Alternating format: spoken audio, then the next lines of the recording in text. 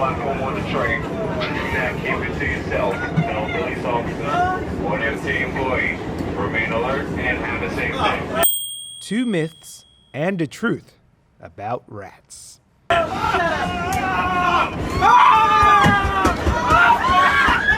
There is one rat for every person in New York City.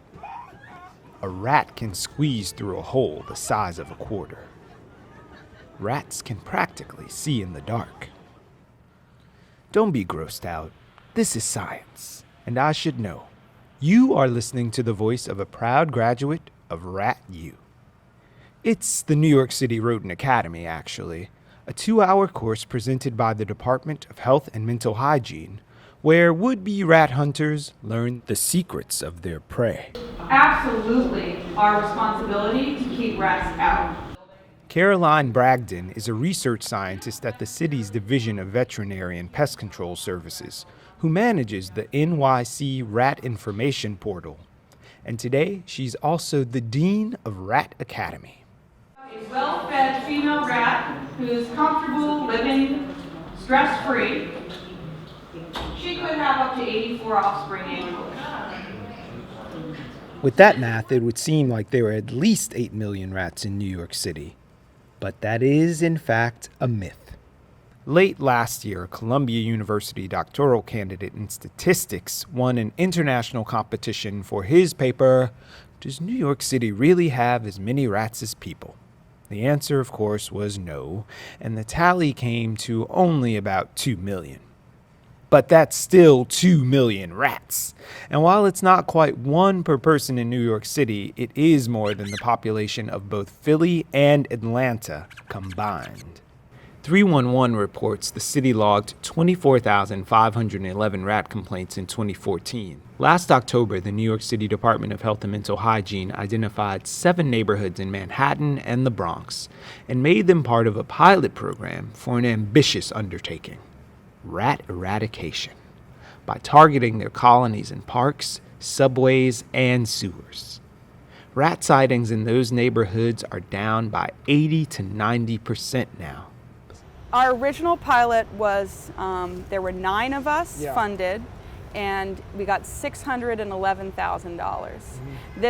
This expanded project, we got about $3 million.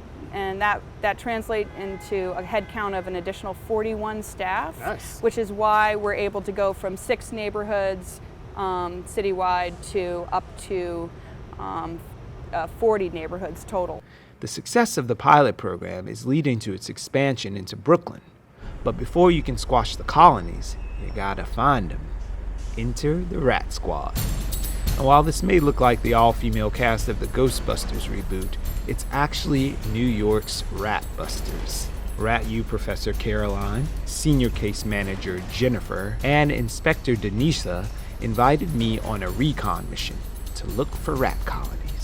Usually when we're looking for rats, we look around the foundations of buildings in areas with dense plantings such as ivy. Yeah. And we're also really checking for open litter baskets, areas where garbage may be stored or staged. Sometimes big buildings have staging areas where they're just placing large numbers of trash bags. Okay.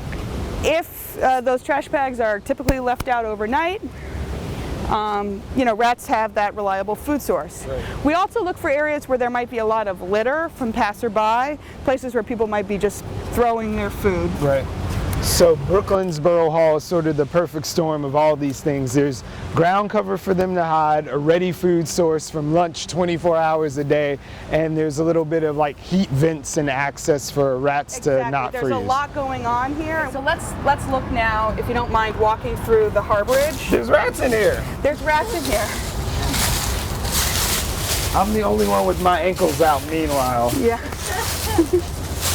So, one of the active rat signs we look for are droppings. Poop! Yeah. Leaving droppings and urine droplets along the paths that they travel. Okay, so can you see where the rats have excavated the soil? Yeah. So they're kicking it out. Just yeah, like and building their nests. And they love it when we do things like leave these boards here as their natural roof. Right. And you can see there's more activity if you look down the line of this building. Yeah. And again, you see how it's kind of an abandoned space. Yeah. It's perfect for them. Hey, are you Brian? Finding a home that's perfect for domesticated rats is Gabrielle Green's mission. She's the rat adoption coordinator at the Empty Cages Collective. So this is Charlotte. She's one of the rats rescued from the West Side Highway rescue, where 200 rats were dumped alongside the highway. We don't know by a lab or like a backyard breeder. Yeah, she's completely friendly, although she's eager to definitely get on the ground and run. All right, so I've never touched a rat before on purpose. Maybe like one grazed me in the subway or something. What's the proper way? I know like I would dogs just say maybe you go with under. knuckles like this. What does a rat feel like? Like a teddy bear. Lies. Okay, She's gonna come to you. then I'm going to die.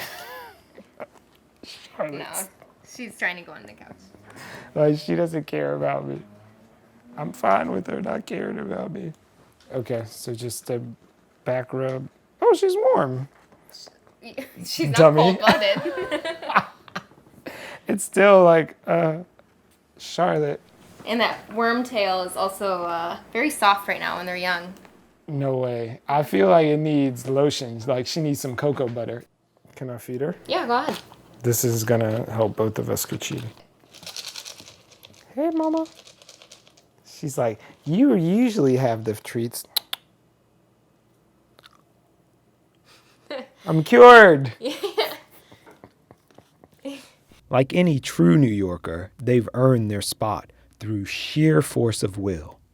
Seeing them reminds us that even in this cold concrete grid, something wild persists. I dare you not to watch them down there on the tracks, from the safety of the platform, grossing you out and thriving on our scraps. And whether you want to kill them or cuddle them, you gotta respect that rat's hustle.